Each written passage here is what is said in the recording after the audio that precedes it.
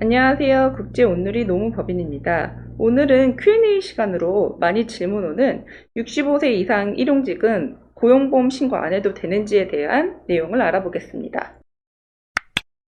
그래서 많이 물어보시는 게 65세 일용 근로자는 고용보험 근로내용 확인 신고 안 해도 되냐고 물어보시는데요. 일단 결론부터 말씀드리면 65세 이상이라도 근로내용 확인 신고 하셔야 됩니다. 왜 그런지 한번 내용을 보실까요? 우리가 일반적으로 얘기하는 고용보험에는 사실 두 가지의 사업 종류가 있습니다. 그래서 실업급여랑 고용안전 지원능력 개발 사업이 같이 있어요. 그래서 실업급여의 목적은 많이 아실 거예요. 내가 실직했을 때 실업급여 지급을 받기 위해서. 그리고 고용안정 및 지원능력 개발은 고용 유지나 고용을 늘리는 사업주와 그 근로자의 지원과 그리고 근로자 교육을 위한 기금입니다. 그래서 고용보험 안에서 실업급여 요율은 근로자 0.8%, 사업주 0.8% 각각 부담합니다. 단 이 실업급여 요율은 2022년도 7월 1일부터 각 0.9%로 인상되니까 이 내용은 기억해 주세요. 그리고 고용안정 및 지원능력 개발 같은 경우는 전액 사업주 부담입니다. 그래서 기업 규모 따라 0.25%에서 0.85%를 납부하게 됩니다. 이렇게 고용보험엔 실업급여랑 고용안정 및 직업능력 개발이 있는데요. 이 중에서 실업급여 적용대에 되시는 분들이 있습니다. 65세 이후에 고용되신 분들은 실업급여는 적용 제외됩니다. 단 65세 전부터 피보험 자격을 유지하는 사람이 65세 이후에 계속해서 고용된 경우는 제외된다 라고 되어 있는데요. 새 직장에 65세 이후에 고용됐다면은 고용보험 중에서 실업급여는 제외되는데요. 내가 64세 때 취업을 했어요. 그 다음에 그 취업을 한 이후에 그 회사를 계속 다녀가지고 70세에 관뒀어요. 그러면 이분 같은 경우는 65세 전부터 피보험 자격을 유지하는 사람이 65세 이후에도 계속 고용된 경우니까 이 같은 경우는 실업급여 적용이 됩니다. 이건 일반적인 상용직 케이스여가지고 이 65세 전부터 피보험 자격을 유지하던 사람이 65세 이후에 계속 고용된 경우를 일용직에서는 어떻게 적용을 시키는지 한번 보겠습니다.